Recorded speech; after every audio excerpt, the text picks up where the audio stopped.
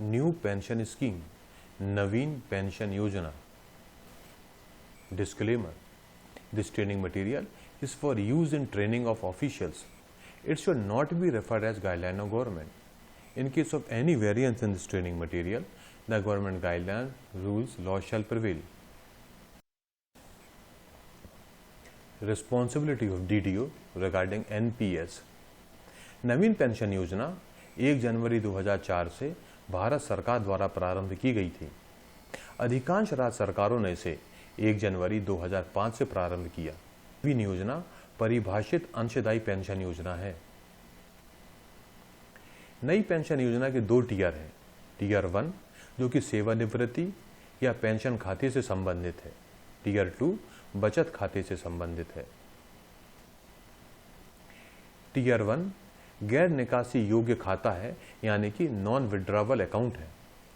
सभी शासकीय सेवकों के लिए योगदान अनिवार्य है जो एनपीएस प्रारंभ होने के बाद शासकीय सेवा में शामिल हुए हैं. टियर 2 के लिए किसी भी समय निकासी की अनुमति है, वैकल्पिक है और शासकीय सेवकों के विवेक पर निर्भर करता है. वर्तमान में प्रचलित पेंशन लाभ एवं जीपीएफ योजना अंशदायी पेंशनों पर लागू नहीं होगी. कर्मचारी का अंशदान 10%, जिसमें मूल वेतन, ग्रेड वेतन एवं महंगाई भत्ता शामिल होगा तथा शासन द्वारा समतुल्य अंशदान भी किया जाएगा. अंशदान कटौती नियुक्त माह के अगले माह से प्रारंभ होगा. अंशदान प्रत्येक माह के वेतन से काटा जाएगा. वर्तमान में सेवा काल के दौरान 10 वर्ष की नियमित सेवा के बाद विशेष परिस्थिति में 3 आहरण की सुविधा होगी. सेवानिवृत्ति के समय जमा राशि का 60%, शेष 40% का विनियोजन एन्युटी के रूप में स्वयं या परिवार के नाम सुरक्षित रहेगा. जमा राशि पर वर्तमान में लगभग 10% ब्याज दर है. जीपीएफ में कोई कटौती नहीं है और ना ही कोई जीपीएफ नंबर आवंटित होगा. शासकीय सेवक जो एनपीएस के प्रारंभ होने के पश्चात शासकीय सेवा में शामिल हुए हैं, वह निर्धारित प्रपत्र में व्यक्तिगत जानकारी देंगे. संबंधित आहरण एवं संवितरण अधिकारी उक्त जानकारी को प्राप्त करने हेतु जिम्मेदार होंगे. आहरण एवं संवितरण अधिकारी शासकीय सेवकों की जानकारी कोषालय में प्रस्तुत कर कोषालय अधिकारी के माध्यम से यूनिक एम्प्लॉय कोड एवं स्थायी खाता क्रमांक यानी कि प्रान नंबर संबंधित शासकीय सेवक को आवंटित करने की कार्यवाही करेंगे. आहरण एवं संवितरण अधिकारी जीपीएफ सेवकों से पृथक वेतन देयक से नवनियुक्त शासकीय सेवकों का वेतन आहरित करेंगे.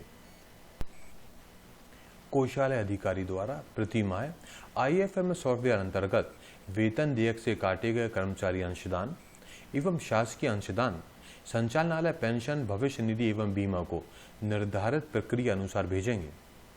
यदि वेतन ट्रेजरी से प्राप्त नहीं होता है तो एनएसडीएल खाते में योगदान जमा करना डीडीओ का कर्तव्य होगा.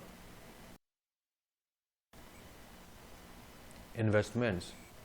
नवीन पेंशन योजना द्वारा कवर किए गए कर्मचारियों को गैर सरकारी प्रोविडेंट फंड पर लागू सरकार के निवेश दिशा निर्देशों के अनुरूप पेशेवर पेंशन फंड प्रबंधकों द्वारा निवेश किया जाता है. एनपीएस के तहत निवेश प्रबंधन कार्य करने के लिए सरकारी क्षेत्र के पेंशन फंड प्रबंधक है LIC pension fund limited, SBI pension fund, UTI retirement solutions pension fund. Supervision by NPS trust. NPS trust NPS के तहत निधियों की देखभाल करने के लिए जिम्मेदार है और ट्रस्ट एनपीएस ट्रस्टी बैंक के रूप में नामित बैंक ऑफ इंडिया में एक खाता भी रखेंगे. ट्रस्टी बैंक के रूप में एक्सिस बैंक एकत्रित धन के हस्तांतरण और पीएफएम को प्रेषण के लिए जिम्मेदार होंगे. Transfer of employ. पूरे माह व्यक्तिगत और सरकार दोनों के लिए एनपीएस में योगदान उस कार्यालय द्वारा किया जाएगा जो संबंधित शासकीय सेवक का वेतन आहरित करेगा. Non practice allowance for doctors. Non practice allowance को सभी सेवा लाभों के लिए वेतन के रूप में मान्य किया जाता है. इसलिए एनपीएस के भुगतान हेतु इसकी गणना की जाएगी। टेक्निकल रेजिग्नेशन, ऐसे मामलों में जहां शासकीय सेवक समान या अन्य विभागों में पदों के लिए आवेदन करते हैं और चयन पर उन्हें तकनीकी इस्तीफा यानी कि टेक्निकल रेजिग्नेशन सौंपने के लिए कहा जाता है, वहां उस शासकीय सेवक की पिछली सेवाओं को पेंशन नियमों के तहत पेंशन के लिए माना जाएगा, क्योंकि एनपीएस की शुरुआत से पहले ही शासकीय सेवक मूल रूप से शासकीय सेवा में शामिल हो गया था। इस वीडियो को बनाने में हम लोगों ने स्क्रीन पर दिख रहे रीडिंग मटेरियल की हेल्प ली और उनके लिए हम धन्यवाद प्रेषित करते हैं। यदि आपके कोई डाउट हो या क्लैरिफिकेशन हो तो स्क्रीन पर दिख रहे मेल के थ्रू कांटेक्ट कर सकते हैं। रूल्स एंड रेगुलेशंस के दूसरे वीडियो देखने के लिए स्क्रीन पर दिख रहे वेबसाइट पर विजिट करें। थैंक यू, धन्यवाद।